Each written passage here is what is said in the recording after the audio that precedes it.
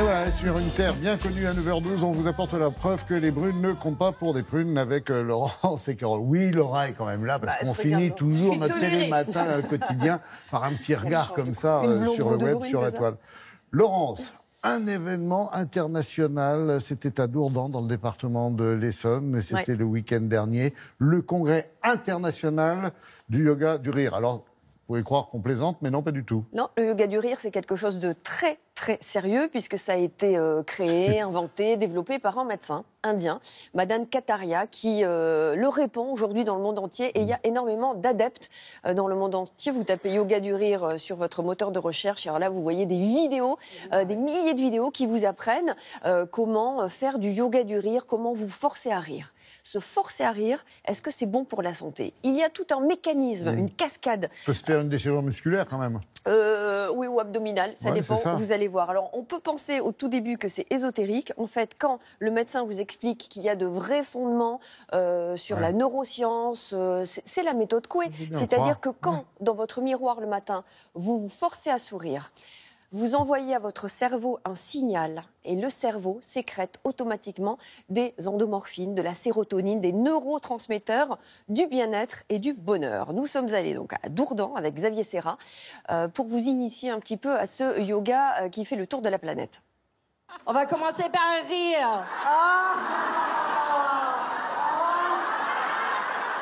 Le yoga du rire est basé sur des études scientifiques qui démontrent que votre corps ne fait pas la différence entre le rire forcé et le rire naturel.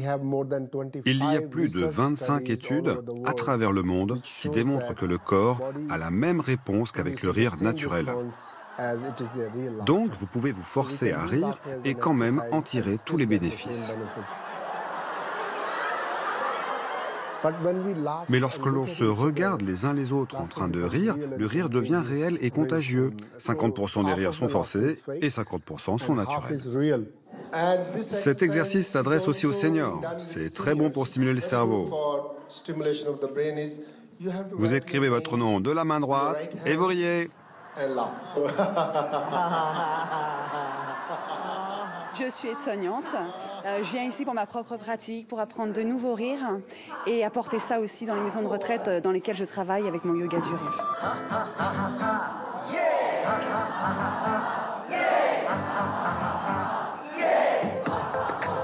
Moi, j'ai la maladie de Parkinson. Puis je me suis aperçue que faire du yoga du rire, c'était génial parce que ça me détendait. Et il y a plein de fois où je peux pas parler. Et quand je fais du yoga du rire, je peux parler. Vous voyez, là, je parle clairement. Je suis arrivée tout à l'heure, il y a une demi-heure, je bafouillais. Et là, c'est hyper clair.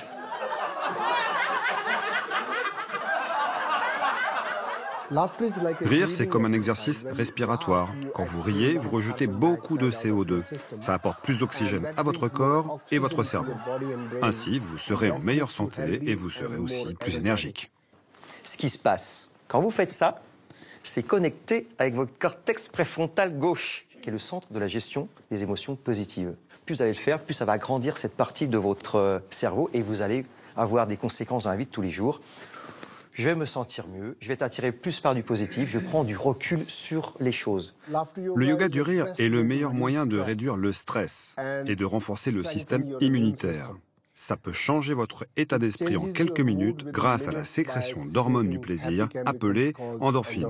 Si dans la rue, vous sentez une mauvaise émotion, ça peut arriver et que vous avez envie de la transformer. Voici l'idée, vous faites semblant. Vous avez un téléphone et dans la rue, ça passe, ils vont croire que vous riez avec votre interlocuteur, c'est parti.